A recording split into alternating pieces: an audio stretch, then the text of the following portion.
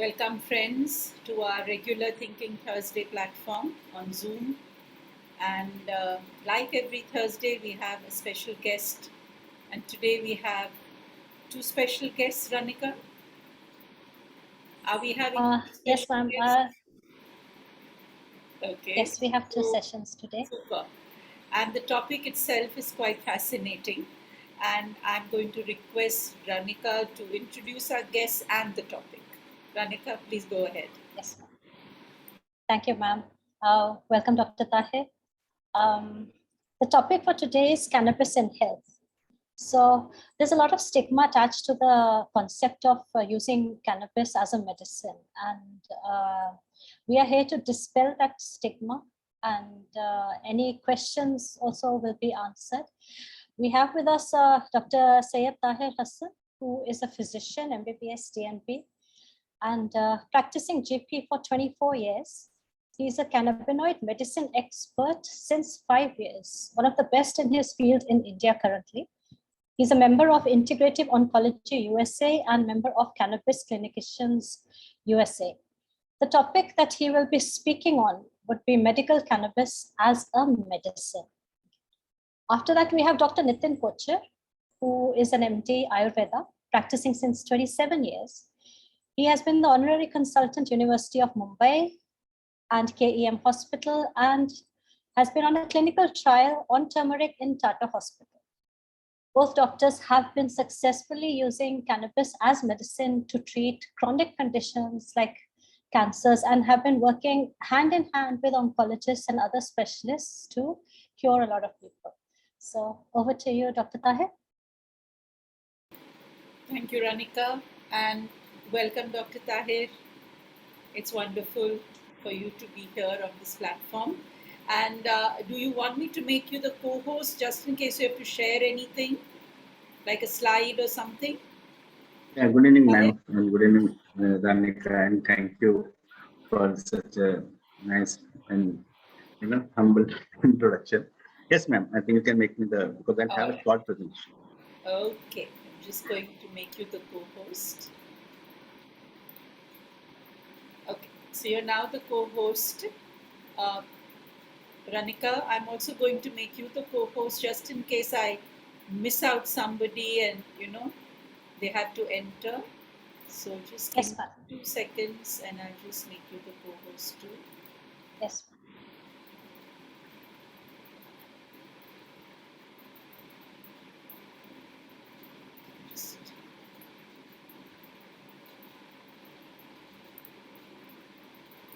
Okay, so both Dr. Tahir and you are now co-hosts.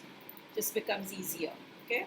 I'd love if everybody can put on their videos. I think it looks really nice. The guest speaker also feels good about it, no? So let's put on our videos. Yeah, nice, very nice. Thank you. Over to you, Dr. Tahir. Thank you, ma'am. Thank you for having me here.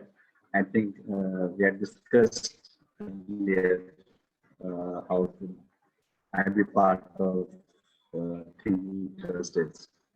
And after listening to various talks, I would say enlightening talks, because some of the subjects have been really eye-opening. And so I think I was looking forward to it. And thanks to Ranika for materializing this thought that ma'am, you had started. And I think your good student has completed it. So yes, we are here to talk about a great medicine which has been used in India through centuries.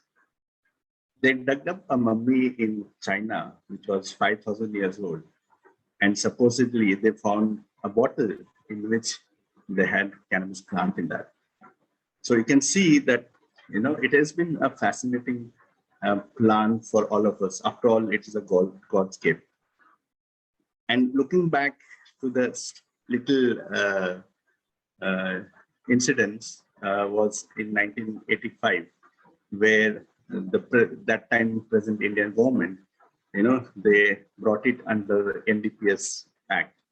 And then, there was a half ban, I would say, because they didn't ban medical cannabis, they continued allowing Ayurvedic manufacturers to continue making uh, formulations from cannabis. But I think before I go to that topic, because it's all about thought.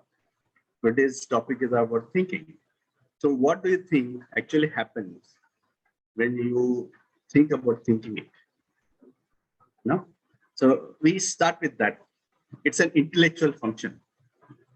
We are human beings and we have been separated by other beings, which we call them as animals, with this process of thinking, intellectual process, which we know little about it. Say, I could put three words for this. One is the thought process. Second is the stress. And the third one is something called as reward functioning. These three things are integral part of humans. These things are there in the animals, but they are at a very, very low level, just at the level of fulfillment of their appetite and some of their activities.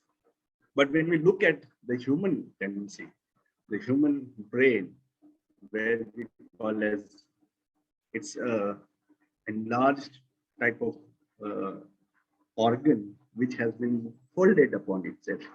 So you don't see brain as a linear thing. You see brain as having folds, right? So every photo that you see of brain, they had folds. So you can imagine the surface area of the brain is much more than what it is. And that surface area makes us what we are. And sitting here and talking on this Thinking Thursday, because this is an intellectual aspect. God has given us various systems, most of which we think about is dopamine system, the happy hormone system. So that has been a big achievement for the scientists. Like they could understand some of the thought process, but then they invented something in 1990s, and they were really surprised because those neurotransmitters or hormones, they were in so small quantities that they created a different interaction among themselves, as well as they preserved the neurotransmitters which we already know about, say dopamine or say adrenaline, just to know of this. I think we have heard about this in our schools also. So when we look at the intellectual activity, that is where to fulfill this intellectual activity, we have something that no other animal has. Like for example, I'm talking to you, I'm excited. I feel a reason for me to reach out to you.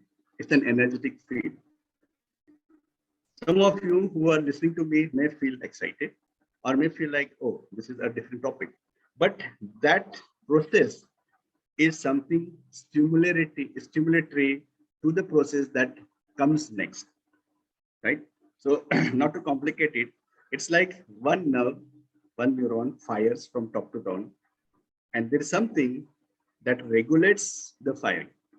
For example, if I want to just put it grossly, suppose the neuron fires at 440 volts, there is something called as synapse, and that synapse just lowers the potential or lowers the voltage. And that synapse is such an important aspect of our functioning because I'm able to hold the hand in this fine-tuned manner. Or you can express the various mudras that we can do that. Nobody else can do. And a new person who knows nothing about this, for them it is a difficult task. So one thing is this kind of excitement that we get, which we can put it as euphoria. So when you meet a long-time friend, you feel excited. You are in that euphoric, excited conditions. Same thing happens when we go for a morning walk. We walk and then we feel excited. Yes, I have become fresh now. Have we ever wondered what may be things that is happening? No, because we enjoy that. Same thing is with a piece of chocolate. You just put a piece of chocolate on your mouth and just close your eyes and you go into this instant meditative feeling because you're actually enjoying it. These are some of the intellectual things that only we as humans can do. And in order to fulfill this, God has given us a fine-tuned system in our brain with highest level of fine-tuning. So this is what about I'm talking about. And literally to put it, in order to fine-tune this intellectual ability to think, to accumulate, and to communicate, there is our body produces cannabis-like substances. They look like cannabis, so we call them as endocannabinoids. So if I literally say that each one of us, we produce cannabis-like substances in our body to stay intellect, to stay in that very mind frame where we are, I'm not wrong. So this is what I want to say. Each one of us, right from the, that we are, okay, all these beings, we have endocannabinoid system, which secretes cannabis-like substances in our body to maintain various functions, which we call scientifically as homeostasis, the amazing balance that our body does. So this is what I want to talk to you about. So I'll put a small presentation for you to understand some of the things. I'm not going to complicate it. So I hope I won't complicate, Ranika. If I will do that, please do let me know.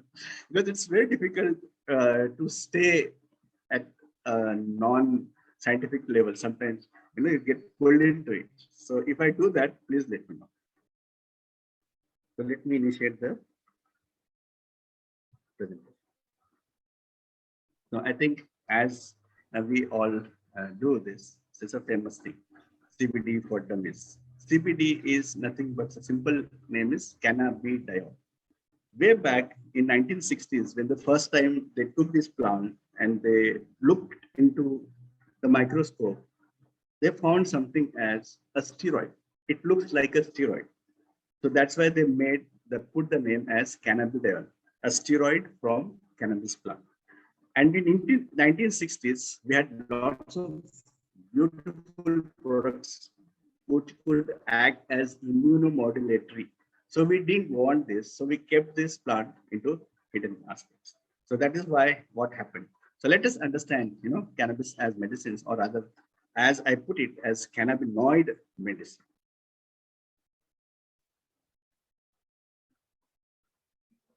So as usual, a small warning. Okay, so this talk is purely for informational and education purposes. Always, whenever you use any kind of medications, please do visit your own physician, whom you know very well, so that you can use it for proper purposes according to the suggestion of your doctor, your physician. And same thing goes with cannabinoid medicine. So this is the introduction part. So I'll do something. So this is what I was talking about, the intellectuality of human brain. So you have this brain which is folded upon itself. So the actual, if you lengthen it, the surface area will be at least 10 times more than what it is. And this particular pathways, like you can see this red pathway which goes like this. So we call this as mesocortical, sorry.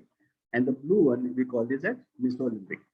These pathways, they are so complicated, but they have such an amazing synchronicity among themselves that whatever thoughts that we have and whatever behaviors that we have get fine-tuned according to the conditioning that we have received from our childhood and from our progeny, from our fathers, great-grandfathers. All that memory is stored. And when we look into all these aspects, the thought becomes an act because of this. So it's a complicated thing. It's a complicated, and nature knows how to bring a balance to this.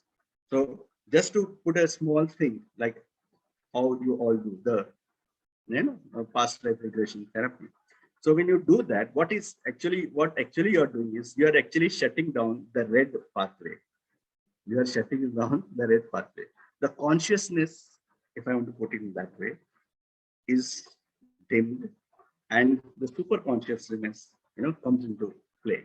When does that come? When you voluntarily shut your eyes and you're totally cut off. So you don't have that red pathway which is there. So you don't have an interference from your intellectual aspect. And then you are left with the bare minimum pathway, that is respiration, or cardiac activity, whatever I'm to put it. And there you can actually bring out those behaviors which you want to put it, just not just behavior, the passion, the fears, the interests, your hobbies, everything resides in this amazing part of brain, which we call as limbic system. So all our intentions, all our reflexes, everything is stored at this level.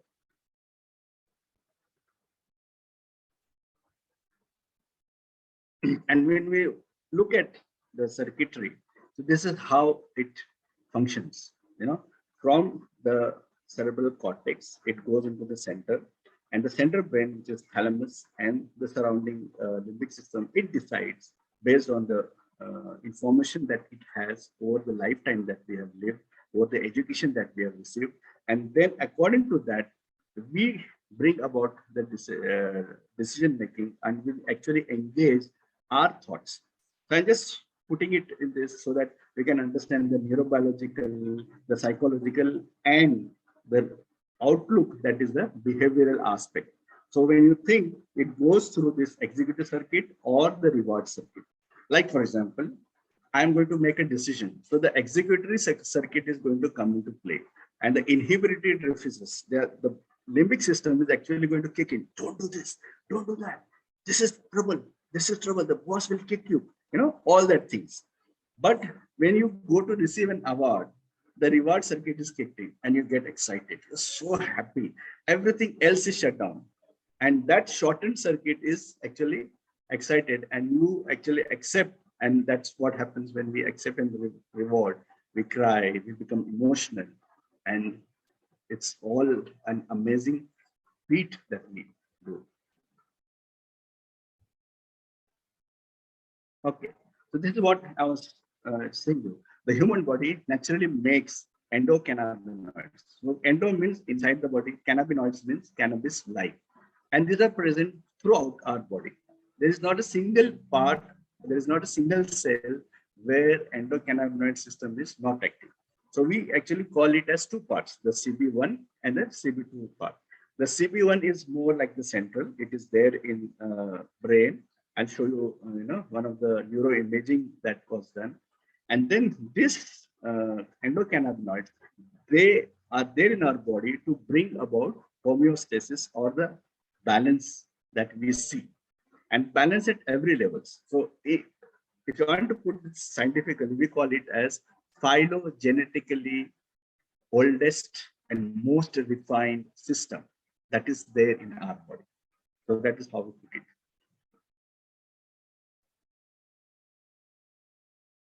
So this is what I was talking about.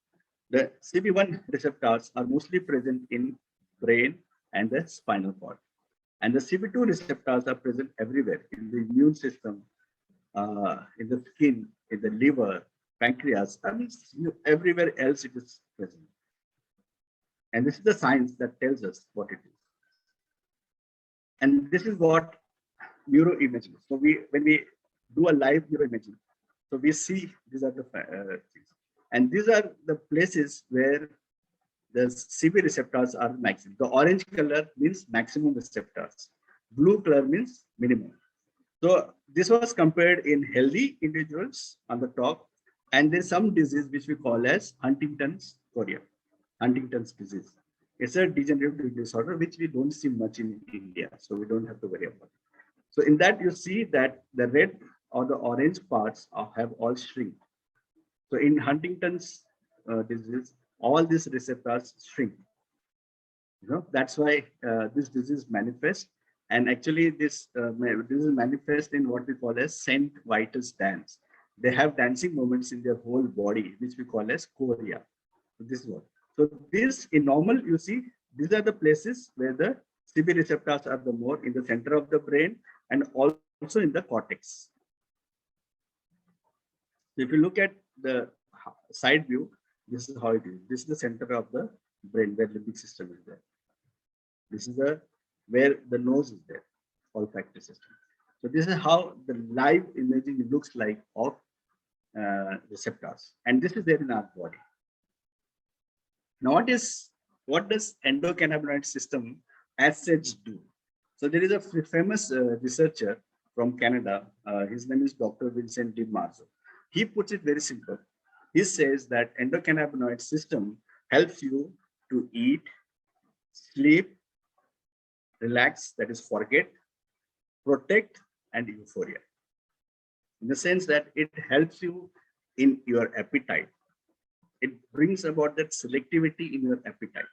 And this is what actually happens in our body all the time through the endocannabinoid system.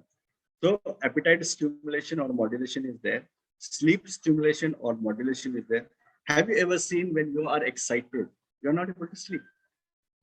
It's just because the endocannabinoid levels in the brain go so high that you go into that euphoria or the high feeling. And that high feeling keeps you happy and awake. So that is what happens. So eat, sleep, forget. So this actually, like just before you sleep, we have to momentarily forget even that we are human beings, right? Even that we are alive. Only then we go into that moment of sleep. So that is actually governed by endocannabinoid system. Okay, and along with this, it is neuroprotective. It protects brain from damage. So if you want to put it in medical words, we call it prevents glutamate-induced excitotoxicity. Glutamate is the harmful neurotransmitter that we have in our body. So when that transmitter increases, it causes disease. Say, for example, Huntington's chorea. Say, for example, Parkinson's disease, where they see tremors. Any diseases where we see tremors and spasticity, it means that in that disease, the neuroprotection has some way fallen down. So this is so good. The endocannabinoid system can actually protect our brain from this damage that occurs, whether it is age related, whether it is food related, and all those things. And also it affects pain. So it blocks the pain at the level of brain. So we actually say that it actually enhances your pain bearing capacity. So that is what it does. It also works on immune functions. It enhances, or rather I would put modulates the immune function, and also works in cardiovascular system, whereby it lowers the BP and increases the heart rate. So this is what it does in a nutshell in day-to-day life, whether we know endocannabinoid system exists or not. So this is what. And the best thing about this is if your endocannabinoid system is in peak health, you're not going to get cancer. That is what is important. And this is what nature has given us. We have particular genes that code this system, and that those system is responsible for these functions. I hope I made it simple and simple. So now what other functions we can expect from endocannabinoid system? So apart from homeostasis, homeostasis is a big thing. Homeostasis is regulation of our temperature, regulation of our sweat, regulation of our blood sugar levels, regulation of our pressure levels, blood pressure levels, regulation of blood cells as such. Regulation means it's like it balances everything. So homeostasis is actually bringing about a stable environment in the body. That is what it does. And apart from that, what exactly if a person who has good amount of endocannabinoids in his brain, in his blood, what do you see? You see that those people are actually, they are good at sharing their feelings.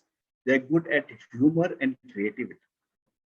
This is what is very important. And this is why we need to keep the endocannabinoid system in prime health. Because if your endocannabinoid system is in prime health, you are more creative person. And there is something called as neuronal plasticity. We see this in kids, right? Kids, sometimes he may be playing, but he'll listen to all the talks that we do. Same thing happens in a session that when you actually relax, they are so receptive. And it has been proved, there is one research paper that has showed that manual therapists as well as PLR therapists as well as meditation, they increase the levels of anandamide, the endocannabinoid that is there in the brain. So definitely that adds to neuronal plasticity. Neuronal plasticity is the ability of the person to flex their nervous system and learn new things. So you see that actually happening in a person who has healthy endocannabinoid system. You see actually the nerve damage which happens, even that gets regenerated, and also the learning aspects. So they are very good in learning. That is also because of neural plasticity. And we see this in day-to-day life that we are living. And that is through endocannabinoid system, apart from eat, sleep, protect, and recover. So that is about the endocannabinoids.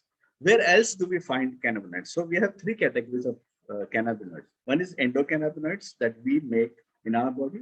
Second category is phytocannabinoids. That comes from phyto is plant, right? That comes from plant. And third category is synthetic category. They have been able to make cannabinoids as medicine. So it is just a matter of time that the synthetic medications will actually land in India. So it is just a matter of time. So before they land up, we have the plan, we have the medicine, it's available. You can just take a consideration for, but for what, right? That is all. The most important thing that cannabinoids do is they are highly anti-inflammatory. Any kind of inflammation, whether the inflammation is because of injury, whether the inflammation is of autoimmune category, or whether the inflammation is at the level of brain, like we call neuroinflammation. All kinds of inflammation gets modulated under the effect of cannabinoids. Okay, chronic pain. People suffer from fibromyalgia. People suffer from various neuropathies. So any kind of chronic pain, cannabinoids work on that very well. And I've seen people saying that the first dose itself gave them so much relief in pain that they slept, and next day when they were up and fine, the pain was not there. So it is also used in appetite stimulation. Like the endocannabinoid system, you can modulate the appetite. So you can actually use this just to stimulate the appetite. That's what we do, most of the people who use in the holy times, right? Because that particular product is made from the bhang, that is the leaves of the cannabis, and also from the spices. And the whole mixture acts as appetite stimulant, right? So people who have been consuming, they know it better. I have not had one. Okay. So it's a tough thing for me to understand. Cancer related symptoms. All the symptoms that comes with cancer, cancer pain, cancer nausea, cancer vomiting, cancer cachexia or weakness, all the cancer related symptoms, we can use cannabinoids to give them relief. If we are not able to cure the cancer, still we can give them relief in that time. So it is used as sleeping aid, it is used in digestion, arthritis, and most specifically, it is used in seizure disorders. In 2019, the neurological journal accepted cannabinoids as adjuvant therapy in seizure. So epilepsy will always stand as a number one reason for us to use cannabinoids, or rather CBD, or rather medical cannabis.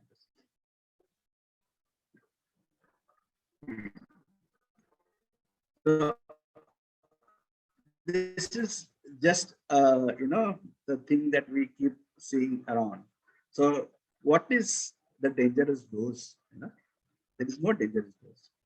In one of the experiments, they gave 3,000 milligrams of cannabis to a monkey to see means what is the harmful dose to that. Nothing happened. The monkey stayed in that stoned way, if I want to put it in grossly, for an hour, and after that it was over. So even if you take 100 times more than your body weight, you're not going to die, or it is not going to kill you. This is most important fact that we should remember, that you cannot overdose on medical cannabis, especially. And if you want to look at the other sarcasm, the people who say that you're okay with giving sleeping pills and Valium for the kids to treat epilepsy. Why don't you try this also? Because the side effect profile is next to nil in kids, and I've been using it. Now let's look at some of the legal aspects, because we think that it is legal. I think in the recent judgment, it had come in Economic Times also, Times of India also. The Delhi High Court said that medical cannabis was and will always be legal. So it doesn't come under the purview of any of the laws that are there. So the cannabis infused medicines are actually, they get license from the Indian government. And I think I will take this opportunity to thank the present government, who in 2014 actually gave the first license to the manufacturing company to actually manufacture what we call as CBD oil. Before that, they had license only to manufacture Ayurvedic products. But being people of science and being people who know what is endocannabinoid system, people like us, like me, we needed that information about CBD and THC and CBG and the whole other alkaloids or medicinal that are there in the plant. So that's why in 2014 actually they got the first license, and now today we have about 6 manufacturers, and as many as triple those who actually are into the marketing. And bhang was always legal, and the medicines are actually made from bhang or the leaves aspect. So Ayush ministry or the Ayush regulations put this as into Schedule E1. And if you want to put it in the Drugs and Cosmetics Act, this comes under what we call as Schedule N1, where NRX is noted. So, and it only means that you are not supposed to buy, consume, and use it without a medical prescription. So you need a medical prescription. That's what Schedule E1 say. And Schedule H1 says that you can't even sell without a prescription of a registered medical practitioner. So the laws are very, simple as well as complicated in certain states. Now, what more you want to put? So if you want to take this as a herb, I want to put like herb, cannabis as herb. So cannabis infused medicines. So this is what I'm repeating this same thing, but in a more general tone. This is what I have been using it as a remedy for inflammation and all kinds of inflammation. As a remedy for pain, the nerve pain, for which we don't have any solution other than nerve block injections. That remedy for diarrhea, actually I would have put bloody diarrhea, where there's something called as inflammation bowel disease, where they bleed and they also get loose motion. And there are instances where this particular disease, that is the inflammatory bowel disease, can actually turn into colorectal cancer. Okay, so it's a remedy for some of the diseases which we don't know about, like multiple sclerosis. We have not seen much of them in India. So, but I'm seeing that case. So we have this. Then apart from this, we use it for rheumatoid arthritis. We use it for glaucoma. Glaucoma is the second leading cause of blindness in India. It is because of the intraocular pressure, the pressure of eye, which increases in a way that the eye doesn't respond to things. So they become blind. So we call it glaucoma. So we don't have any medication. One kind of glaucoma in which surgery does help. The rest of the glaucoma, we don't have any solution. And that is where medical cannabis has actually done some work. And they're trying to make some eye drops in future. Hopefully they will come. Treatment of emesis or vomiting due to chemotherapy. This was the first reason that FDA in USA actually approved cannabis as medicine, because when you take chemotherapy and for the cancer and there's intractable vomiting, so you give one medicine, two medicine, still it is not working. That's when we use cannabis, and cannabis works very well in this. So, as I told, epilepsy, okay, improvement of anorexia, and this was also the second reason that US government actually allowed US government used to give patients of AIDS the joints, if I want to put it that way. And you can go and get it for free because just to stimulate your hunger and just to keep your immune system up and going. And as I told, some of the dangerous diseases that we have here, Huntington's chorea, ALS, some of the neurodegenerative disorders which have no solutions, added benefits. Management of inflammatory bowel disease, as I told, it is also beneficial in atherosclerosis. So even before you get that heart attack, and if your lifestyle is so bad and your blood vessels are filled with that plaques or the lipids that have got collected, you should use it. It has been found to be very effective. And that is because of the anti-inflammatory effect of cannabis. It reduces the infarct size. So if there is a stroke that has already happened and you use this, it actually heals it faster. We have seen that people who get stroke takes sometimes 6 months to heal. But when we include cannabis infused medicine, we heal them faster. That is one thing. And the most important use, again, I think the third or fourth use that for which the US government allowed cannabis was PTSD, post-traumatic stress disorder. We all know, we have all met people with this. So we know how difficult it is to heal it. That's where, again, we find this as very important. And again, in some of the cancers, we can use them. I'm trying to be brief so that I can take up more questions. So it's a thought that I have got to you.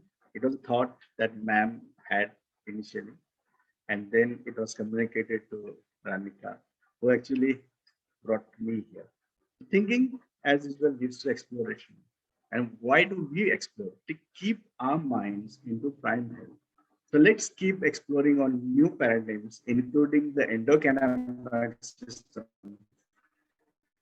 and the medical cannabis. So thank you for listening to me. If you have any question, clog your mind. And I can actually talk almost close to 6 hours just on endocannabinoid system because it is such an amazing discovery that science has done recently. So I'll just put one word. Endocannabinoid system was discovered in 1990, and we got all information in 2005, and then we got more information about its, the way it works in diseases and all only in 2017. So in 2017, there's an American neurologist by name Dr. Ethan Russo. He was the first person who worked on young people to find out why they get these neurological issues or the psychiatric issues. And he found that he put a name as clinical endocannabinoid deficiency syndrome. It's a big name, but it means that the endocannabinoid system in you has become weak. That's why you get some of the issues that you have. So thank you. Let's take questions.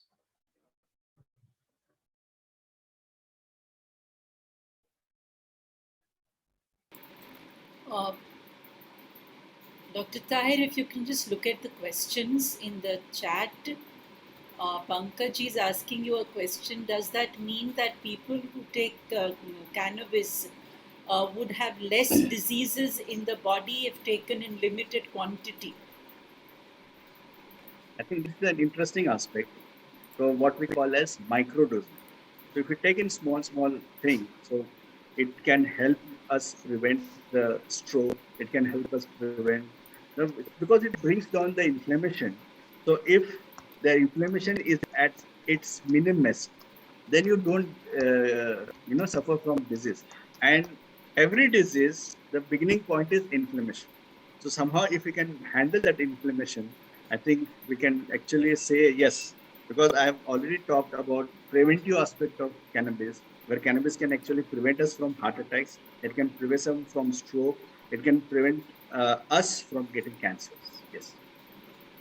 Okay, we have Dr. Hina is asking a question. Please share your criteria to make a decision on the dosage for different diseases. I mean, that's a very medical question. Yes, it's a very medical question. Yeah. I would request doctor, to contact me directly, or Correct. maybe see some of my videos that I've posted, or rather that, attend some of the classes that I give to the doctors. Correct. And I'm happy that the efforts that we are taking, many doctors are now open because already it has been accepted in Canada. Canada, we have 3-year diploma course in cannabinoid medicine in Canada. And in Maryland University, they have started a 3-year course of cannabinoid medicine, which you can do after your degree. So you Right. have to have a medical degree and then take 3 years course in this. So I think it's such a large field that we are going to come up with. Okay, there's Vikas asking you, do we have any therapeutic index where we can use cannabis in which form and doses? Yes. That is, if you put this CHI, okay, Cannabis Health Index is a book. In that, it's written by a doctor. He has written all the conditions and most probably, the dosing. And it's one of my reference book. When I don't get the solution, I just open it and have a look at it. Yes, we have it. Okay, so we have Dr. Shalina asking you, please explain how cannabis can help in insomnia. So I'll just talk 2 minutes about the sleep. You know, I think you could have explored a lot. Ma'am will definitely know, but I think other people also should explore the various levels of sleep. So we know a lot less. If I want to put in the doctors, because we know something called as REM or rapid eye movement sleep, and then non-rapid eye movement sleep. That's all. And then the transition period that we have. So here, what actually the endocannabinoid system that we have, what it does, along with the cannabinoids, that when we take, what they do is, it actually prolongs the REM sleep. Like for example, if I want to put that the moment we close, the first 30 to 40 minutes go into NREM. And then there is a transition for 5 to 10 minutes. And then you go into REM sleep, which again lasts for 40 minutes. So if you take cannabis or any of the formulation, it actually enhances or prolongs the REM sleep. So REM sleep is the sleep where we dream, where we actually live a lot, where we don't know what is happening, but that is what it enhances. So it it not only actually helps you sleep, but it actually prolongs your REM. And what you have to understand about REM sleep is it's very, very deep sleep. If somebody wakes you up in REM sleep, you are disoriented generally. Leave about the cannabis part generally. So if you wake up your mom who is in REM sleep, she'll be dizzy. She won't be able to stand up. It's just like it's such a deep sleep. This actually prolongs that thing. So you should understand that if you use cannabis for insomnia or for to induce sleep, you should understand one important part is you you may actually precipitate the nightmares. So that's why you have to actually dose it very properly, and you have to dose it something called as what we call as high CBD, low THC, so that you don't make that REM sleep a little wider for them. Sir, can you put the name of the index in the group for reference? Yes, yes. I think I can type it. Okay, sir, I have a question. Yes. Yes. Sir, what about the addictive part? Sir, I'm actually this is very interesting because I'm just reading that book about molecules of emotion, where she talks of discovering opiate receptors in the brain and then throughout the body also. So, what about the addictive part of it? Because she talks of taking morphine and then feeling very nourished and all that. So they say that the THC, that psychoactive compound which is there, it is not like it is filtered out in medicines, in CBD, CBG, whatever.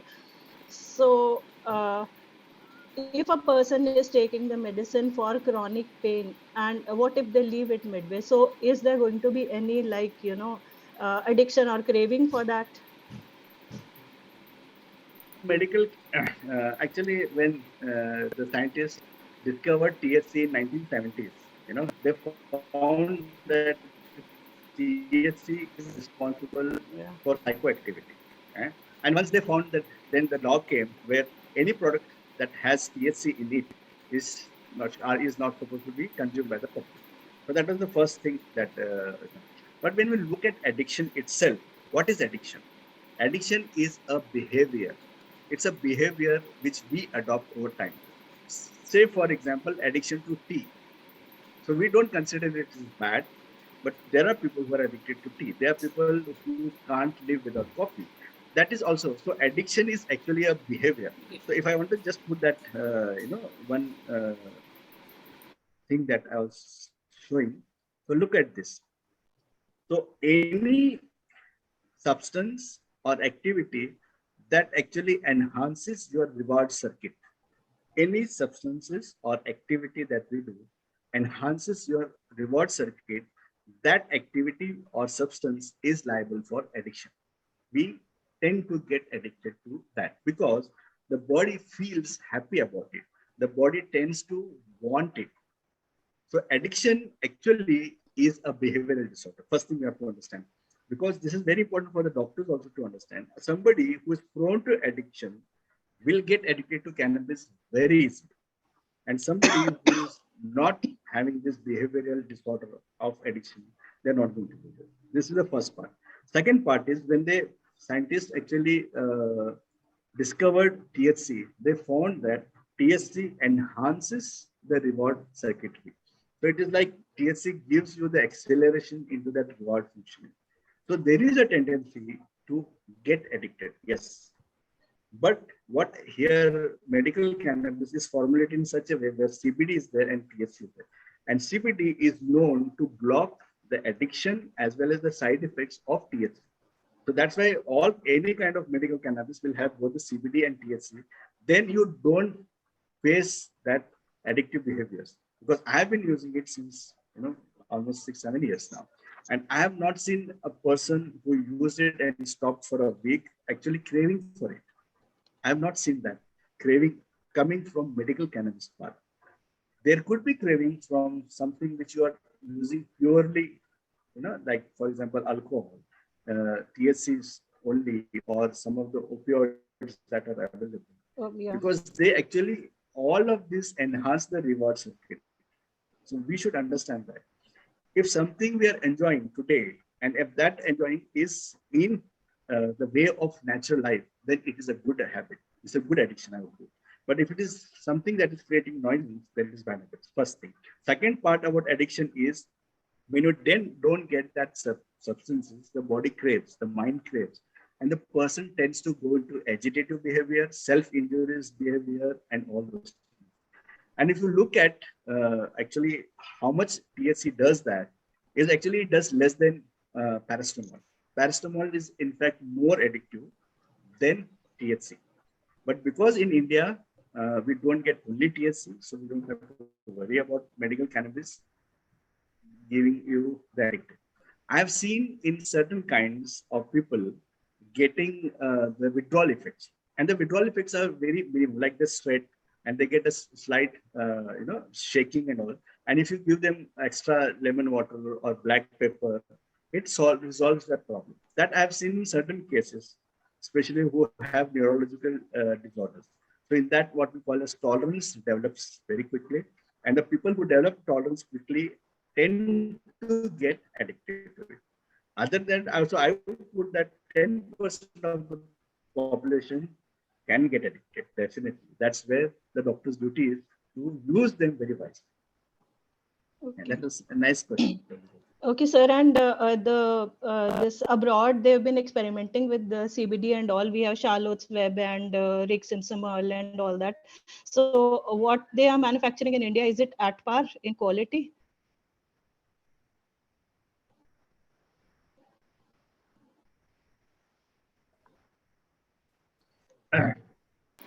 I think this is another thing that we see, that like if something is happening in the West, they are qualitatively better than what we do in India. I'll say one thing. If you go back in 1840s, where this commission had come from British India, from British to India, to find out why so many people consume bhang. There, it was headed by a doctor whose name is Dr. William O'Shaughnessy.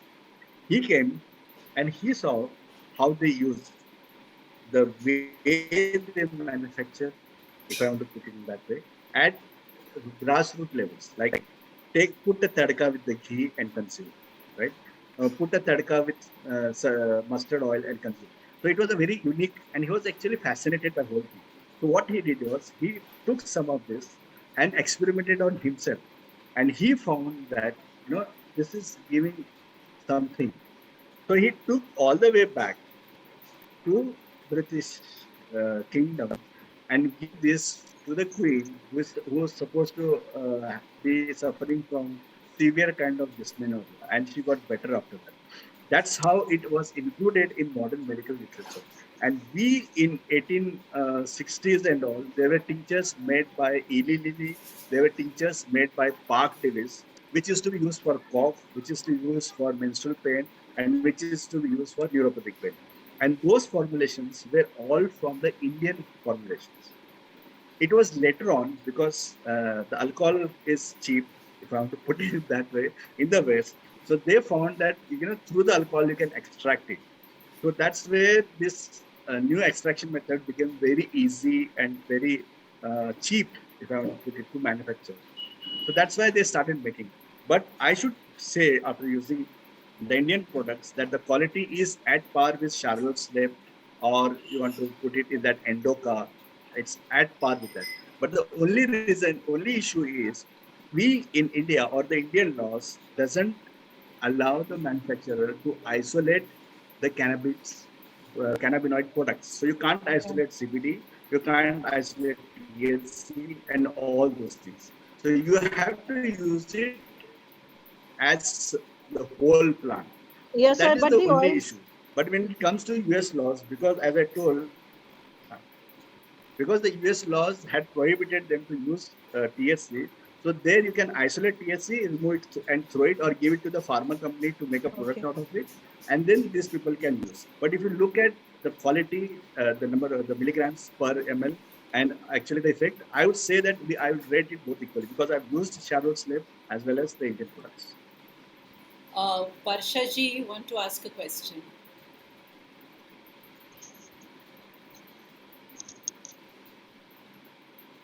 Doctor, I was asking, does THC-free CBD gummies and cookies and chocolates all available? Is it okay to consume them on a regular basis? And what's the maximum amount one can consume in a day? I think Asif, this is what I was telling when the previous question was preventive. So if you want to bring in that preventive aspect, you should consume it with the minimus, because you don't want to stimulate your endocannabinoid system all the way. So you don't want to hit the acceleration on your car, because then you come into something called as down regulation of CB1 receptors. The body stops responding to the phytocannabinoids. This system, endocannabinoid system, is so amazing. If a demand is there, it can regulate itself, it can increase itself, or it can actually go down on itself. But when you continuously stimulate it, then what actually happens is the brain shuts down. So you actually are in danger of down regulating your system, and that can be counterproductive. Instead of, so I would advise, if you want to do something with the gummies and all, very very low doses, so that you don't feel anything, so it will still act in your system to bring about the balance, and whatever preventive you know prevention that you want, you expect, then it will come to you. Dr. Tahir, I'm just having a general thought just now, not even a question, but a thought. The fact that if we look at the soul, because that's my work, so my whole mind works like that. If my consciousness, as we know, has come from the plant kingdom to the animal and then to the human, I am definitely carrying some amount of endocannabinoids within me that I understand. Now, I want to ask you, can we heal somebody through past life therapy who has a low endocannabinoid system working? Why I'm asking you this is, suppose there is someone who goes and lives in the forests, close to nature, close to plants. Will it stimulate his endocannabinoid system in his body? My answer is yes. So, and I'll take this opportunity to tell you how can we enhance the endocannabinoid system other than consuming Cannabis. cannabinoids. Yeah. So the first thing is engaging in first thing is engaging in fun activity. So like for example, when the video games were launched, they saw that people suffering from Alzheimer's disease were able to get their memory back because they were actually playing this, Correct. because they actually enjoyed that. So if you do a fun activity, that will increase your endocannabinoid system. Then, as I told, if you go for a early in the morning walk, and that will pump up your endocannabinoids, and they can remain all the way, in your body for 8 hours. So 8 hours, you can actually feel that enthusiasm in you. Apart from this, I said chocolate, because chocolates contains lots of, especially the dark chocolate, contains lots and lots of anandamide. So when we consume that directly, that's why I think we are some people they get addicted to chocolates, and most of the people they feel a high after taking chocolates. They enjoy it, and I think everybody gets a smile when they put a chocolate on your tongue. So that is another way. Apart from this, the most important is eating fermented foods, whether it is idli, dosa, fermented vegetables, fermented fruits, achars and all. So that is part of our routine diet. These achars, they stimulate the endocannabinoid system of the gut, which again it then stimulates the endocannabinoid system of the brain. So that is where another important thing. And the most important is spices like clove, black pepper, parsley, uh, some of the herbs that we use as spices, all those can stimulate the CB2 receptors. Like, for example, the black pepper is very good anti-inflammatory product. Same thing to do with turmeric. It's such a good anti-inflammatory because it works on CB2 receptor. So you can enhance your endocannabinoid system by meditation, by PLR, by these dietary modifications that we all can do and enhance our endocannabinoid system. I think I would like a little on this from Ranika because she's a little better on that aspect. Ranika. Okay. Okay, so when you talk about enhancing the endocannabinoid system, and there is where I sometimes help some of the patients in how to actually dose their cannabis, in the sense that a lot of our food products can actually increase or decrease the euphoria. So if we're having chocolates, if we're having sweets after you are taking your cannabis medicine, or fermented foods like dosa, idli, it's immediately going to enhance the euphoria aspect. And so you will feel what we call the side effects even more. So there we try to avoid such kind of foods at the time of dosing. And you can maybe increase hydration, increase the citrus fruits or lime juice to bring that aspect of the euphoria lower. But if you are on cannabis medicine, then yes, you need to be very particular about the kind of diet you are following, and especially during the time of taking your medicine. So, I hope that so answers Dr. the Tahir, I question. have to share something here because that's the question. What I asked prompted me. I had a lady living in the north who had what we call restless leg syndrome. Okay, and she had been suffering from it for the last 30 years. She tried everything, but nothing worked. Out of pain, she couldn't sleep in the night, etc., etc.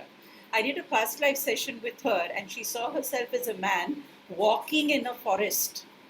And the only thing that man did, he was like a wastrel, walking in the forest is all he did all his life. He would pick up wood, take it to another place, like a wood, whatever, used for fire and stuff like that. But the whole life, that's all he did, walking on ground, okay, and eating raw vegetables. You will not believe it. I just got a message today saying that her restless leg syndrome has vanished. Now you have given me the answer today, okay, as to exactly what could have happened at that time when this memory of him walking around in the forest, what could have changed inside this guy's consciousness. So I think what you have said today makes complete sense to me. And Ranika, what you're saying is true. If we can stimulate the endocannabinoid system, then definitely I think a lot of things can be done. And I mean, past life therapy is one way in which we can activate the plant in us or the kind of memories that we are carrying when we experienced ourselves in the plant kingdom and activate that. And maybe I think it's an interesting experiment to start off with. I mean, that's what just came to me just now.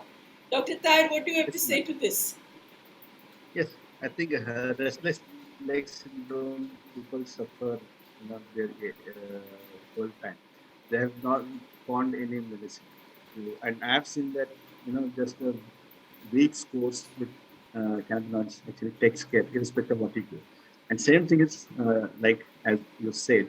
So if this guy was, walking all his life in the woods, consuming the fresh vegetables, you can imagine how amazing his gut microbiome will be, and that actually correlates with the endocannabinoid health directly.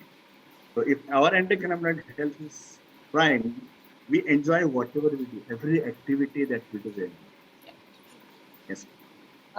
Ma'am, I think we have with us here Dr. Nitin Kochar, Yes. who is our next speaker. Welcome, Dr. Nitin. He is an MD Ayurveda, and he has been practicing Ayurveda for 27 years. And his topic for today is cannabis in Ayurveda. I think we have a lot to learn from him. Welcome, Dr. Nitin, to our platform, and thank you so much for being here. Please do share with us. Thank you. Yeah, thanks a lot. Am I audible, Yes, ma'am? sir. Yes, you are.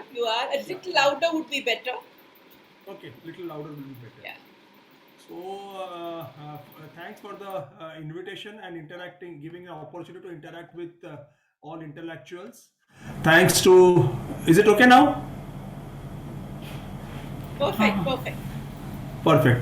Okay, now without wasting much of the time, I would like to start with the cannabis in Ayurveda, and I would like to start with some this thing. You have disabled participant screen sharing. I would like to show PPTs. I will just make you the co-host, sir. Hold on. Yeah.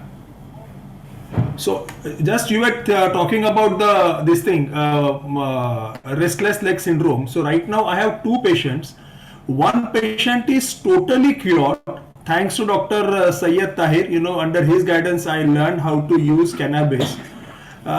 This particular patient, actually he has ruined his life. He sold his Bombay property, shifted to Pune, and now he is totally alright with the cannabis treatment. I was treating him in the past with some other medicines, but the results were not that appreciable. Moment I added cannabis, the results were fantastic. Okay. So another patient also has come with his reference. Is my slide visible?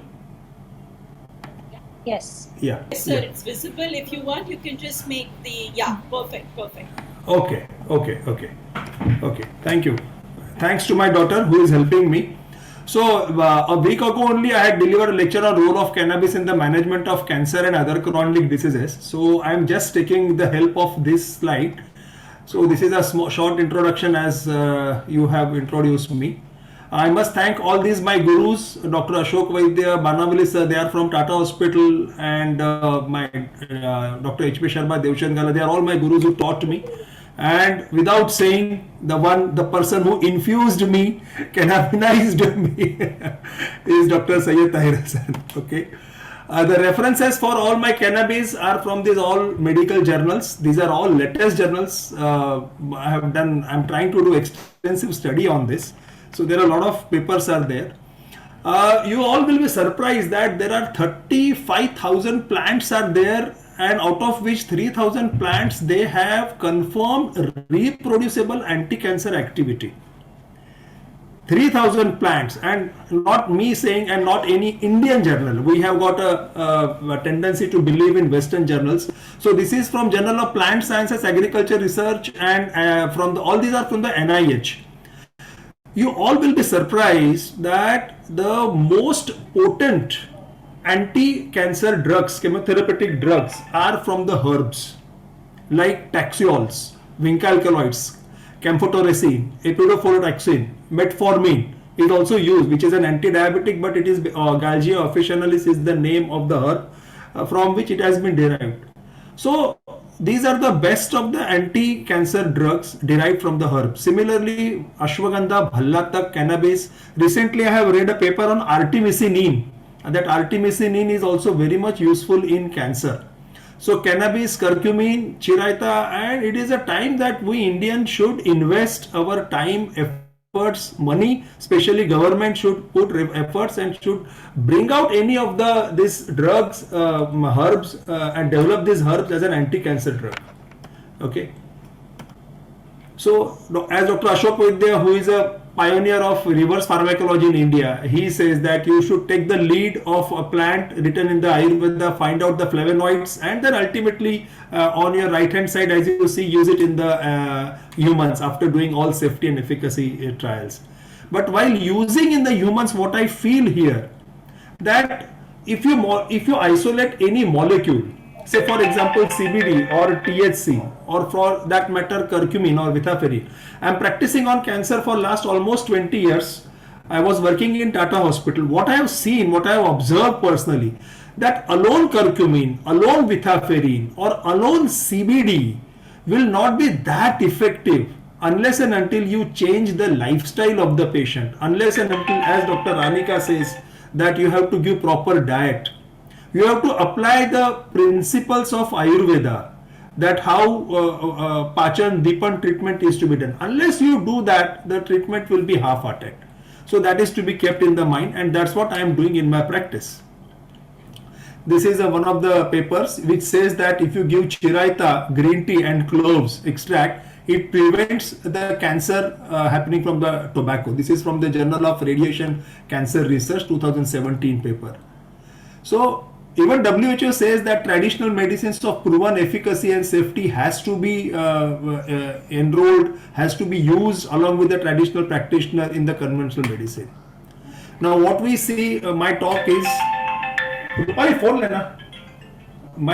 on this Bhanga in Ayurveda. So what is written that Bhanga Kafahara Tikta Grahini Pachani Laghu Tikshna Ushna Pittala Mohamada Vagavarni Vardini.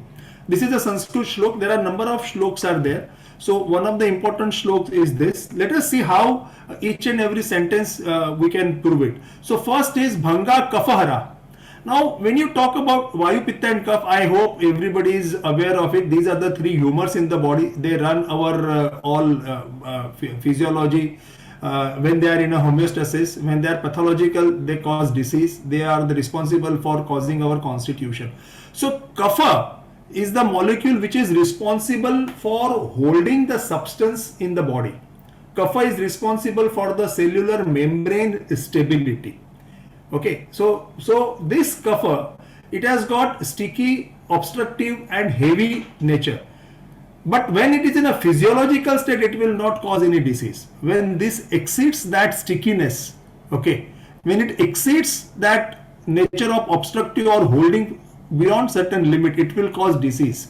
So what are the diseases which are caused by Kapha? Are like sinusitis, glaucoma, polyps, sleep apnea syndrome, excessive sleepiness, somnolence, fatigue, laziness. Patient becomes, कुछ काम करने का मन नहीं करता है. Okay, upper respiratory tract infections, allergies, COPD, COVID, sarcoidosis, fibroids, all these are because of the stickiness of the Kapha. When the obstructive nature increases, it will cause all blockages.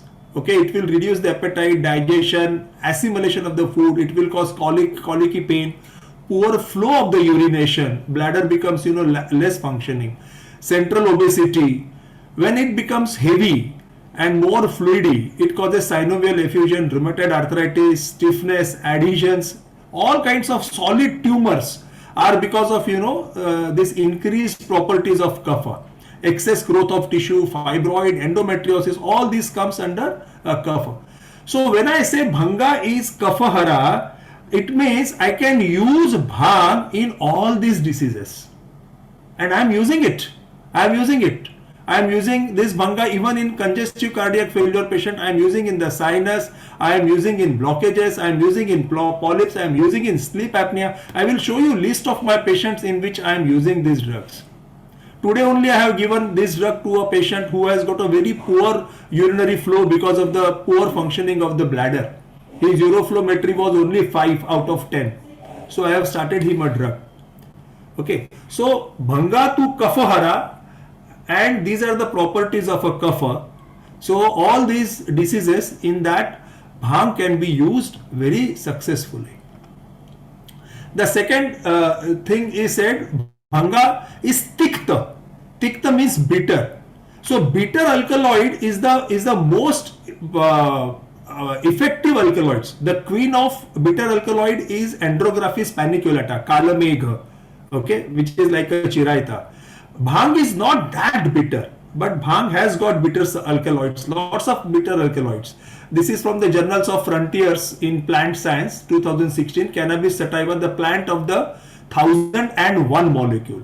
So it has got all cannabinoids, flavonoids, lignans, all stilbenoids, terpenes, etc. All these are bitter alkaloids. Now when I say bitter, according to Ayurveda, according to Pancha Mahabhuta theory, so bitter is called in Ayurveda tikta, kadva. It has got Akash, Vayu, Mahabhut predominance. It has got more of the Akash and the Vayu. So these bitter alkaloids, these tiktaras, which are predominantly Akash and Vayu, they are best pachan. The pachan is a terminology used in Ayurveda which neutralizes the toxins in the body, which neutralizes the undigested food juice to what we call ama, which is the root cause of all the diseases. When the food is not digested either at your GI level or at your cellular level, it produces high molecular weight glycoprotein substance. In Ayurveda, it is called ama. So it is very essential to break down these molecules of ama. For that, you need medicines which is ushna, which is hot, tikshna, okay, and which can break down these molecules. So, like I said, kalamegha, chiraita, ginger, and bhanga. These are the best herbs which can break the molecules of ama. So it is the best pachan. It neutralizes ama, reduces inflammation, and it removes the obstruction also. Now, I cannot say that there are only positive things, positive benefits are there. If you use anything in excess or if you do not use judiciously, so excess of using bitter medicines which have got more Akash and Vayu, it is going to cause degeneration. So there are indications and contraindications and safety written in Ayurveda. So though it is useful in many of the inflammatory and proliferative diseases like cancer, psoriasis, dermatitis, asthma, prolonged use, overdosing will increase Vayu, will cause more of catalytic effect. So body will go in a degeneration. Okay, psychoactive side effects will be seen more. Okay, there will be insanity, there will be restlessness, impotency. The drug bhang, which is used for aphrodisiac purpose, will cause impotency. It will cause constipation. It will cause palpitation, hypotension, bradycardia. All these kinds of side effects will be seen if bhang is used not judiciously. Under medical supervision, if you use, you will never get these kind of side effects. So that is to be kept in the mind. Okay, so bhanga is, as I said, kaphahara tikta. Other properties are grahini, means it holds the food till it is digested. Okay, so it is very much useful for improving your digestion. If somebody is having poor digestion, you give the small dose of bhanga before the food with little bit of ghee, ginger and black pepper. As Dr. Tahir sir said, this black pepper, ginger, they actually improve the absorption of bhang. They improve the CB2 activity, and they expel the fatty acid, which are responsible for catabolizing the bhang. So those are reduced from the body, and efficacy of bhang is increased. So it is very useful. It can be used in Niram diarrhea. So if patient is having high fever and loose motion, don't stop it according to Ayurveda. You have to improve the prebiotic, probiotic and take care of that diarrhea. But once that fever or intoxication phase is gone, you can use bhang. It can be used in IBS, irritable bowel syndrome. It can be used in inflammatory bowel disease like ulcerative colitis, Crohn's disease. It can be used very safely. Okay. Only thing, should not be used in a acute dysentery. In that you have to take care properly. You may have to use antibiotics at that time. It is a best pachani, okay, which improves digestion and metabolism. It is called Vag Vanni Vardhini. Vag means bolna. So if you take bhang in a proper dosages, it improves your oratory skill. It improves your memory. It improves your recollection of the substances. So that has got that skill. Okay, and it improves the cellular metabolism. It improves mitochondrial function. In cancer, as per the latest research, the DNA mutation is the down epiphenomena of mitochondrial dysfunction. So to target, to improve the mitochondrial dysfunction is the correct treatment, and bhang does that by improving mitochondrial function. It is also kamada, means it is an aphrodisiac. Everyone uses bhang for that, but it is not the one part of the efficacy of the bhang. It improves performance. It reduces performance anxiety, anxiety performance. It is laghu. It is easy for digestion. It is, as I said, tikshna and ushna. So it increases heat. It catalytic in nature. So one should not, if pitta prakriti patient hai, so you should give it along with the ghee या वंशलोचन के साथ में दो. So that is called Trailokya Vijayavati. Okay, so it is pittala. It increases pitta. It improves the appetite also. It is vyavai. In Ayurveda there are two terminology, vyavai and vikashi. So the vyavai is the one. Generally, whatever we consume, there is an expectation that your agni will digest it, and then it will be used by the body. But bhang and certain other things, they don't require your own metabolism, your own agni. They directly get absorbed. So that is the benefit of bhang. In a small dose, it will get absorbed and it will work fast. Vikashi means it has got it spread fast in the body tissue, each and every tissue. It reaches very fast. So that's why the efficacy of bhang is faster. You put sublingually the drops and patients start feeling better. Then it is a moha madakari. As I said, misuse, overdose causes disorientation, intoxication, insanity and giddiness. These are the side effects. Now, Ayurveda has strictly warned that how the bhang is to be used. So there is a bhang purification method. One is collect the leaves, wash them in the flowing lukewarm water till all green color is washed out. Means must be chlorophyll must be washing out. All terpenes must be, the toxic terpenes must be washing out. Then shed dry. Okay. Make the potoli, then collect those leaves and tie them in a white cotton cloth and just hang it on the rod and soak that potoli into a cow's milk in an earthen pot and boil it for 3 hours. Then remove it, again dry it and make a powder and use it. Other method is to just after washing, just do the roasting of the bhang leaves in the ghee, cow's ghee, and use it. So there are 2-3 methods are there of bhang shuddhi, and once you do that bhang leaf shuddhi like that, so the intoxication and side effects all are absolutely taken care.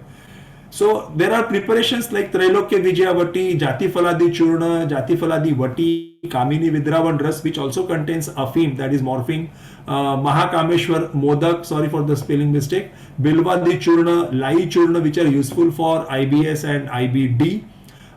Then Bhang Vartika, which is an extract of Bhang Patta, is also said to be used, which can be used as a Gudavarti, like a anorectal usage or per vaginal usage. So these are the references from Bhaishaja Ratnavali. And Lakshmi Vilasa Rasa, which is a very good medicine for chronic wound, non-healing wound, chronic sinusitis, allergic sinusitis and asthma. Lakshmi Vilasa Rasa contains seeds of the bhang. So if you see, the shlok is yoga dapi visham tikshnam uttamam bheshajam bhavet bheshajam chapi tikshnam uttam sampadyate visham. It means that if you use poison with the proper understanding, that poison can become a nectar. But if you do not use even the nectar properly, the best medicine can also become the poison. That is what the shlok says. You will be surprised in those days when Ayurveda was written, king's permission is required. It is written that if you are going to use poison or poisonous herbs, in Ayurveda there are references to use snake poison, scorpion poison for the treatment. So it is said that you have to take the king's permission. But bhang is not a vish. Bhang, vatsana, these herbs are called upavisha. So they are subtoxic herbs. So there is no need to take, king's permission, but you have to be cautious. So these are schedule E1 drug, we can say, in today's scenario. So it has to be used safely. Prolonged use should be avoided and should not be used without purification. To be strictly used under medical supervision. And now what if there is a bhang overdose? So the simple, Dr. Tahir sir has said, एक मेरे patient को थोड़ा overdose हो गया था. He said कि don't worry, simple उनको नींबू का पानी पिलाओ, नींबू जूस दो, patient will feel better. And actually it happened. उनको full एक नींबू मैंने खिला दिया and उनका जो थोड़ा giddiness वगैरह palpitation था वो सब निकल गया. Then there is a Arjuna decoction can be given, Babula decoction can be given. They are antidote to the bhang. Now these are my list of patients. More than 1500 patients I have used. These are 900 patients ka data, those who are having, consistently using for more than 6 months. So 200 cancer patients I have with me, which are on the bhang. And each and everything is, in this pen drive. At any given point of time, I can give the data of my all the patients. Okay. So there are 200 cancer patients of various origin. Many patients, they were chemo resistant, but after starting bhang, they started responding. Many patients, they were in a very terminal stage. They were in a pain. Bhang gave them relief. So there are good number of patients, they have responded to the bhang, I would say. One restless leg syndrome patient, another patient now is joined. There are 2 motor neuron disease patients are there, of which one patient, he was put the gastrostomy. There was a tube put in his stomach because he was not able to swallow the food at all. Okay. And today, and whatever he was talking, people were not able to understand. If possible, I will show you his video also. So he was not able to speak properly. Now today, after having almost 1 year of this cannabis consumption, he is able to swallow the food, chew the soft khichdi, soft food. It was such a satisfied moment for me. And he started going to his shop. He's a cloth merchant. So he started going to almost he was, homebound. So, such a kind of amazing result. I had in the past motor neuron disease patient, but they didn't respond to the treatment what I gave them. Just addition of bhang has done this kind of miraculous things. So excellent medicine for motor neuron disease. I have treated one very bad Huntington chorea patient, laryngeal cancer patient, 80 years old. He underwent surgery, and because of the chorea, his all stitches opened up. And the redo surgery was done, and then there was a strict warning that his this convergence or the chorea should not come. So I had given him only CBD. I had not given him THC because he was 80 years old. And slowly I increased the dose, and for a month there was absolutely his chorea was under control, and stitches were all right, and then he became and he was very much happy with that. Multiple sclerosis patient, pain reduced. One girl who is just 15-16 years, a ballet player, post fever arthralgia, she was total bedridden. Now she is walking. She is walking in the swimming pool without help. She is able to get up from the floor. So the pain totally gone. Like this, there were amazing results of this bhang. Psoriasis, lichen planus, urticaria, rheumatoid arthritis, juvenile rheumatoid arthritis. I have used post-dental extraction pain. The patient was very much allergic to even brufen and all. So I had given him this thing, Trailokya Vijayavati, fibromyalgia. Vitiligo I have tried. I don't know how much will be the result. Its results are abated. Migraine has got a very good result. PCOD. I have also used in one rheumatoid arthritis patient. She is a lactating mother. Trailokya Vijayavati I have used. There are no side effects to the baby also. It is more than 3 months I have been using it. But there are no side effects. Her pain is under control. Her requirement of painkiller is almost nil. She is off the steroids. So this rheumatoid arthritis patient, one congestive cardiac failure patient, she had come to me for the arthritis pain. To her also I have used, and her cardiac status are not affected. So it is not used for the CCF. Migraine and hypertension. Sorry? PCOD, How to use fistula. it in migraine and hypertension? Migraine, it Mild reduces the pain. Mild hypertension.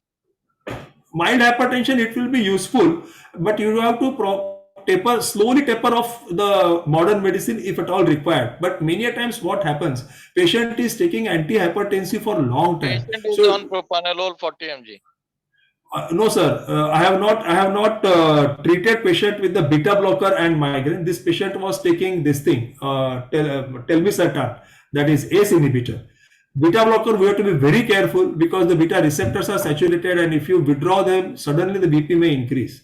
So, but it may happen that patient is on a beta blocker or any antihypertensive, but because of the anxiety or any other factor, BP is not coming under control. You add this, you will get result. And for PCOD, migraine, yeah, for migraine also, along with Jatamounsi, you use this Trilokya Vijayavati. The migraine attacks are under control. The frequency of migraine attacks, they reduce.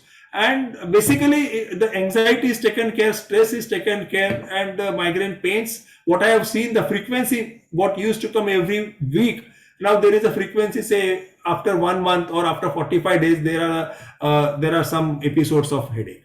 and what So, will be the dosage? Trilokya Vijayavati I initially start with the 200 milligram, the preparation what I have with me. It contains 125 milligram of Vanshalochan and 125 milligram of that Shodhita Bhang Patta. So there's 250 milligram. So I start with the 1 tablet BD, and in a week time I increase to 2 tablet twice a day. Mostly this is the dose tolerated. I have one patient, I forgot the cancer, which cancer is a young patient, and excruciating pain. Even after applying morphine patch, their pain was not going. So I had given him the raw Vijay extract, the tincture, plus Trilokya Vijayavati 4 tablets 3 times a day. And he responded to that. His pain was reduced. The disease is just 15 days or I think 3 weeks ago he came to me. So it will be very early to comment on his cancer status, but at least his pain is under control. After taking 4 tablets 3 times a day and raw Vijay extract, he is taking 4 drops twice a day. I am slowly increasing it. Diabetic neuropathy. Sorry? This has to be tapered off gradually. If the pain reduces, yes, you can slowly taper it off. Definitely, why not? But in cancer, I think patient has to take initially there was a giddiness, unsteadiness. These are the only one notable side effect which I had. That girl, she took on the very day 1 or day 2, she took the high dose, and then she had lots of hunger. She ate everything present in the kitchen. She was little over psychoactive, and then she called her ex-boyfriend on the phone and started fighting with him. And after 2 days she called me and then she said, "Doctor, क्या दिया आपने मेरे को? मैंने तो आपको पहले ही बोला था कि इसका डोज बढ़ाना मत." But then she settled by herself. She knew what she took, the mistake, and then there was no other side effect. So till date, none of my patients have any kind of organotoxic side effect, like भांग के वजह से kidney damage हुआ, liver damage हुआ, नहीं हुआ. There is one trial in, I think USA it is done. Tahir sir must be knowing. So the cannabis was given in to the group of doctors who were working for the COVID, and they had absolutely burnt out brain, like the fatigue, and they were exhausted. So to them, the cannabis CBD was given, and out of 60 people, 3 people developed raised liver enzyme. And one of them was, very critically 3 times fold liver enzymes were raised, and he was then dropped from the trial. 2 other were managed. But the dose given was very high, 300 milligram on day 1 itself. So we start with 2.5 milligram, 5 milligram of the CBD, and slowly we increase. So what I feel, that side effect, and they have mentioned it, that the dose 300 milligram on day 1 itself is a very high dose. I think Tahir sir will be able to tell us in a better way. So these are the only 3 side effects they encountered in that trial. And to my experience, except transient delirium, little sweating, nausea, vomiting, which are definitely, manageable by giving lemon juice or reassuring, or what Dr. Anika said, ask patient to have a little bit of pickle or counseling is the best treatment. So with that, it helps. So these are the all preparations which I use in my practice. Okay. Now, what pinches me, see, there are almost more than 2,000 articles on cannabis. 96 clinical studies are there. Okay, all randomized control, systematic reviews, meta-analysis, observational studies. They all show that almost 50% of the study show that there is a improvement in the cancer-related pain, chemo-induced nausea, vomiting are reduced. Okay, why not from India? Why not from India? So many studies, the Western people are doing it. Okay.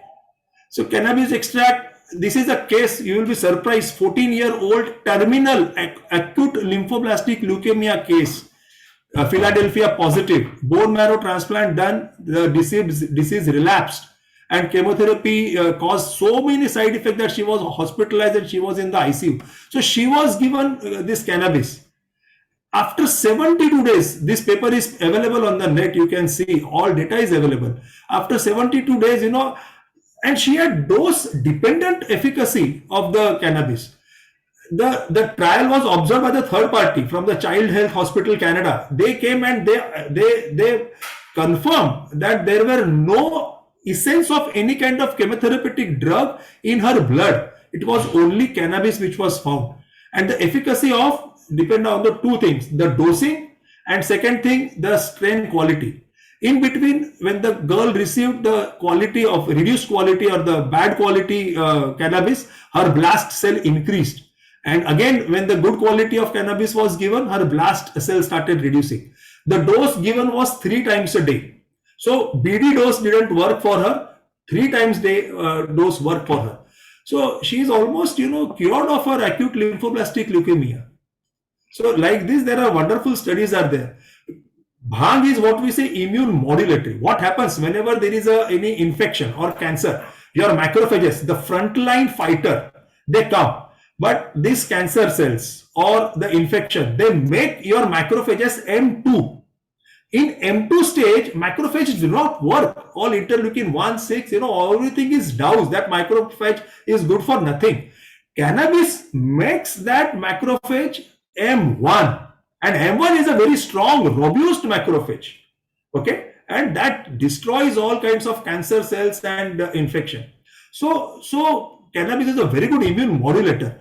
Further, when the cancer cell die, they release lots of antigens are released, which are taken up by the dendritic cell. They activate your T cells and they further destroy the cancer cell. So I strongly emphasize that cannabis has to be given along with all the chemotherapeutic agent. This is the way, these are the evidences which say that how cannabis is useful as an adjuvant also in all kinds of chemotherapy. It improves your immunity. We have seen so many side effects of immunotherapy. 10 to 20% effects are seen. Patients suffer. I have got one lady after taking immunotherapy, she developed stroke. One patient, he developed ulcerative colitis. He died last week. Healthy person died last week because of the ulcerative colitis, because of the immunotherapy.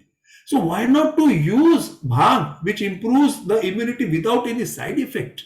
Okay. So friends, there are 2,000 new cases are detected in India every day. This is not my data. This is from the Journal of Bioenergetic and other journals, Indian journals also. So early diagnosis, yes, of course, you have to take help of modern science. Give conventional treatment, chemotherapy, radiation, surgery, whatever. But along with that, all chemopreventive measures, all this Ayush medicine, diet, bhang treatment has to be given if you want to cure cancer. There are lots of differences between modern science and Ayurveda. Yes, there is going to be differences. But if we do the teamwork, regardless of our differences, we can definitely beat our challenges. Because ultimately it is very easy to kill cancer. But the challenge is keeping the patients alive at the same time. So I feel, bhang has to be used in all kind of treatment as an adjuvant. A day may come that bhang molecule may come out and modern people may use it for chemotherapy as a known. So that's what I would like to say. Thanks for patience hearing. Thank you.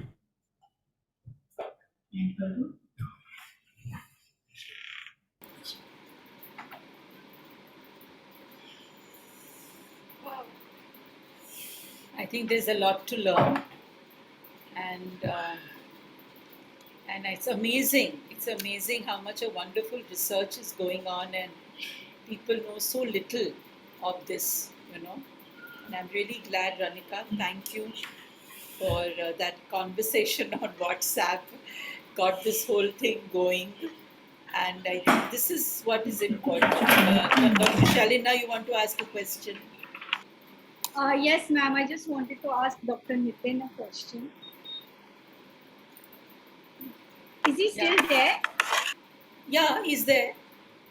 Sir, I just want to ask you, in cases of prostate cancer, in previous slide when Dr. Tahir was showing slides, he said as an adjuvant we can use it in a prostate cancer patient. I want to know whether in prostate cancer, as you know, the medicines are for lifetime. There is no chemotherapy now. It's all anti-testosterone medicines. So is it as an adjuvant for lifetime, or does it help in weaning of the anti-testosterone medicine, or is it for the lifetime? See, I am treating a few of the prostate cancer patient, and after surgery, they are still not on those testosterone, anti-testosterone medicine. The PSA level is down, okay, and they are taking this medicine, cannabis and curcumin, other medicines. The PSA level is still under control. Okay. PSA level is still under control. But suppose if patient is, no, I will tell you, I will come to the point. If patient is already on the anti-testosterone medicine, legally, I can't stop it. Legally, I can't stop it.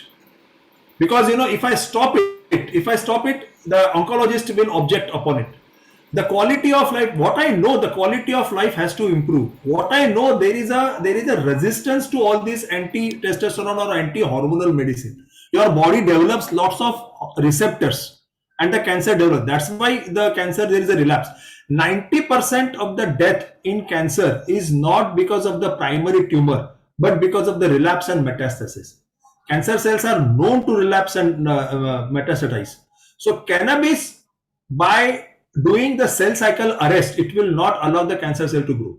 You can definitely continue along with your all anti-hormonal treatment, this treatment for 2 years, 5 years, or whatever period you feel that there should not be any recurrence. So if there is no recurrence for say 2 years or 5 years, you can say that patient is now in a free remission zone and you can taper it off.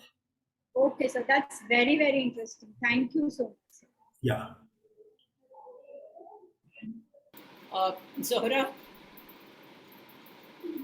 want to ask a question? Yeah, I'm sure my questions will seem very trivial, but bear with me. When those WhatsApp chats were going on, it said that if somebody has had COVID and the after effects are there, then this cannabis therapy helps. So, I mean, I know everybody's talking about cancer and really big things, but does this help for recovery after COVID? Because I'm feeling, I had COVID and I'm feeling the after effects for much longer than my children who also had COVID. The fatigue will go with the CBD. You try. I'm telling you.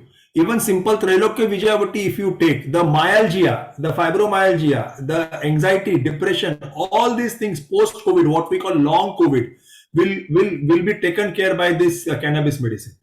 It is going to improve your mitochondrial function, cellular function, and you will feel a new life in that if you take it properly. Would you be able to put the name in the chat and maybe the dosage or something? Am I allowed? Trailokya Vijayavati, it's a commonly, yeah. You can, I think, meet sure, him. I think it's a great idea for if you want any kind of consultation. It's best to contact the doctor. I don't think it should be on a Zoom thing. Yeah. Yes. So that it's is better. best. Yeah. We'll put the names of the doctors and their numbers. Yes, Ranika will do the needful. Okay. and then you all can contact the doctors directly, because this is not a kind of consultation room. Correct. So I mean, let's not get into that. Okay.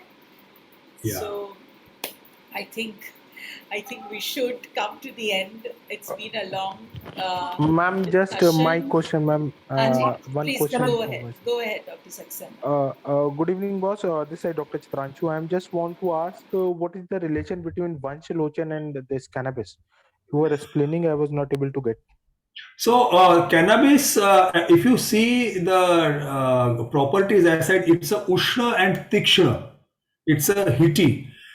And Ushalochan, which is an extract of the bamboo. It comes from the female bamboo shoots. Okay, in between the two stems, there is a collection of that fluid. This Vanshalochan is Pitta Shamak. It reduces the heat. Vanshalochan is Rudya. It is excellent for the heart. It is good for respiratory system. The pure Vanshalochan. It contains very high amount of natural silica. So it's a antioxidant and anti-atherosclerotic.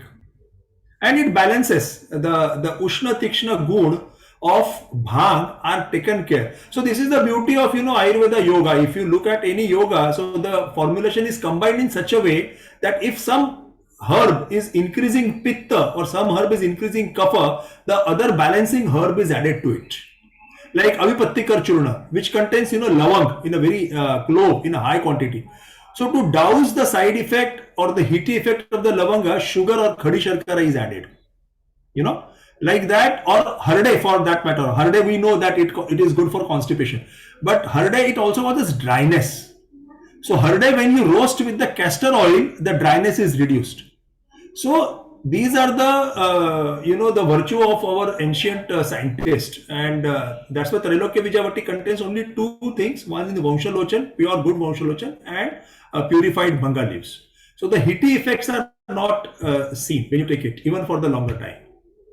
Okay, sir, one more thing, sir. I have used this Trailokya Vijayavati in a Parkinson's patient, and I have increased the dose to 4 tablets TDS, 4 tablets of Trailokya Vijayavati, but still I'm not able to get the result in Parkinson. Any suggestion? No, I think in Parkinson you need to have those concentrated drops. Am I right, sir? Tight, sir?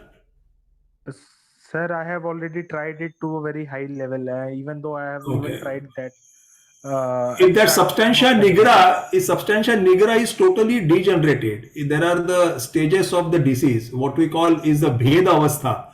It has already reached to the Asadhya Avastha, then it becomes very difficult to cure these patients. Yeah, sir, but I was having hopes for Trailokya Vijayavati, but like I am able to I am able to put a stop on the condition, but I am not able to revert that condition. So once the degeneration has totally happened, how long the patient had Parkinson, all these things matters.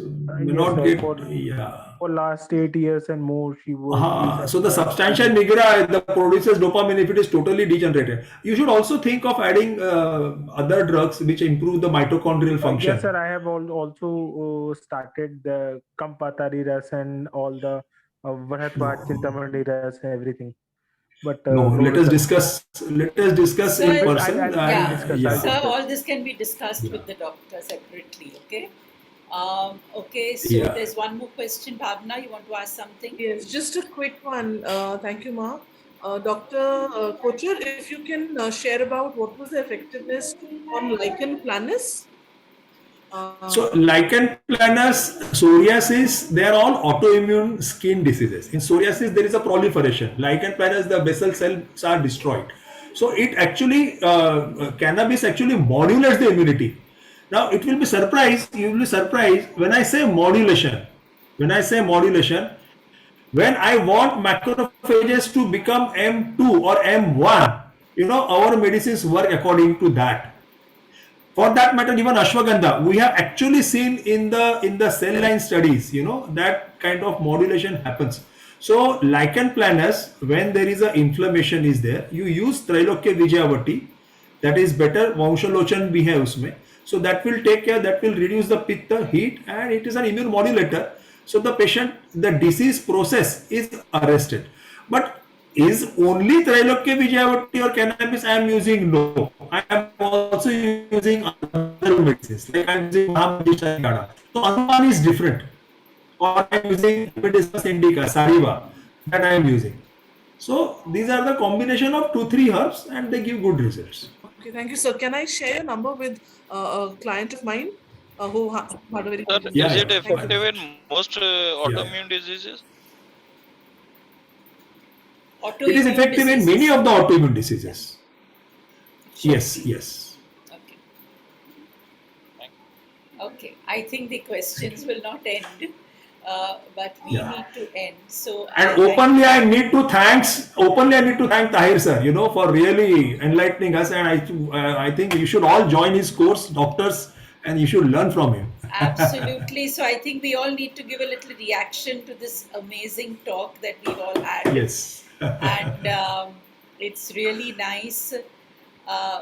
पुराने ज़माने के जो ऋषिस थे वो अभी हमारे सामने हैं, so we are not able to access their knowledge, but we are able to access the knowledge through these rishis here. So thank you so much, Dr. Nitin, Dr. Thanks. Tahir.